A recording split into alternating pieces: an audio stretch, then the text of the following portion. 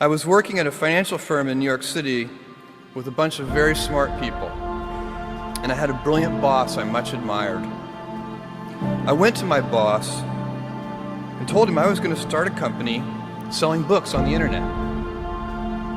He took me on a long walk in Central Park, listened carefully to me, and finally said, "That sounds like a really good idea, but it would be an even better idea for someone who didn't already have a good job." You can have a job, or you can have a career, or you can have a calling.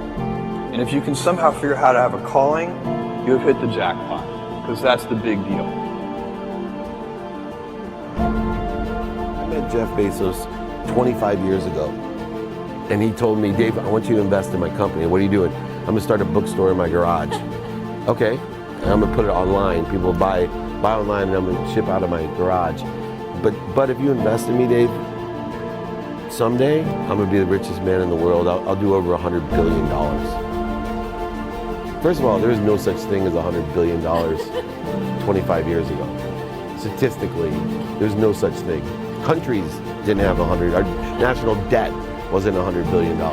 And this dude's telling me at 26 years old that he's gonna be the richest man in the world because he has a garage and the internet? That was his truth. No, but he did not know it, and neither did I. But the difference between him and I is I was laughing, scoffing, and jesting at him, and he was already applauding himself, going, at the right way, at the perfect time, I'm gonna make as much as I can as quickly. And I'm sitting there going, there's no way this is gonna be a big business. Do something you're very passionate about, and don't try to chase what is kind of the hot passion of the day. Seen in that light, it really was a difficult choice, but ultimately, I decided I had to give it a shot. I didn't think I'd regret trying and failing, and I suspected I would always be haunted by a decision to not try at all. After much consideration, I took the less safe path to follow my passion, and I'm proud of that choice. As a young boy, I had been a garage inventor. I'd invented an automatic gate closer out of cement-filled tires, a solar cooker that didn't work very well out of an umbrella and aluminum foil, baking pan alarms to entrap my siblings. I'd always wanted to be an inventor, and she wanted me to follow my passion. There's a military phrase that I especially love, and it says, "Slow is smooth and smooth is fast." And I have seen that in every endeavor I've ever been in. That's the kind of thing that really allows you to make progress. You know, you get certain gifts in life and you want to take advantage of those, but I guess my advice on adversity and success would be to be proud not of your gifts, but of your hard work and your choices. So, you may be, the kinds of gifts you get in life, you might be really good at math. It might be really easy for you. That's a kind of gift.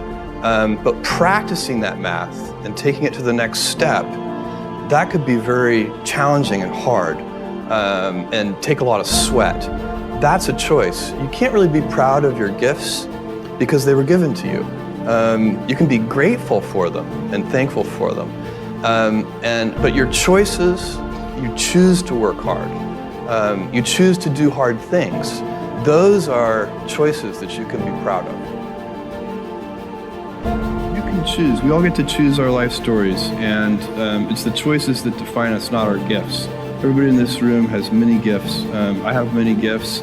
You can never be proud of your gifts because they're gifts. They were given to you. You might be tall, or you might be really good at math, or you might be extremely beautiful or handsome, or there are many gifts, and you can only be proud really of your choices because those are the things that you are acting on. And one of the most important choices that each of us has, and you know this just as well as I do, is you can choose a life of ease and comfort, or you can choose a life of service and adventure. And when you're 80, which one of those things do you think you're going to be more proud of? You're going to be more proud of having chosen a life of service and adventure.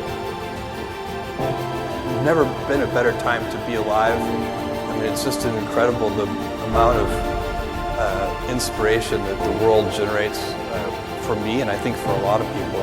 It's insane, the amount of change and invention and opportunity. Your life, the life you author from scratch on your own, begins. How will you use your gifts? What choices will you make? Will inertia be your guide, or will you follow your passions? Will you follow dogma, or will you be original? Will you choose a life of ease, or a life of service and adventure? Will you wilt under criticism, or will you follow your convictions?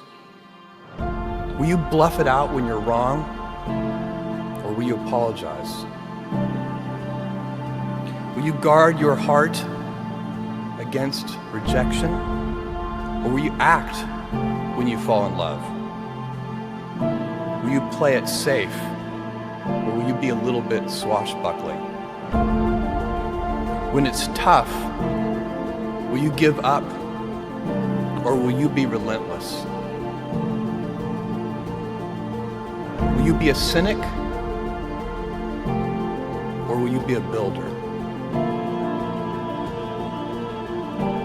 Will you be clever at the expense of others, or will you be kind? Every time you figure out some way of providing tools and services that empower other people to deploy their creativity, you're really onto something. You know, you're very lucky if you have a career. A lot of people end up with a job.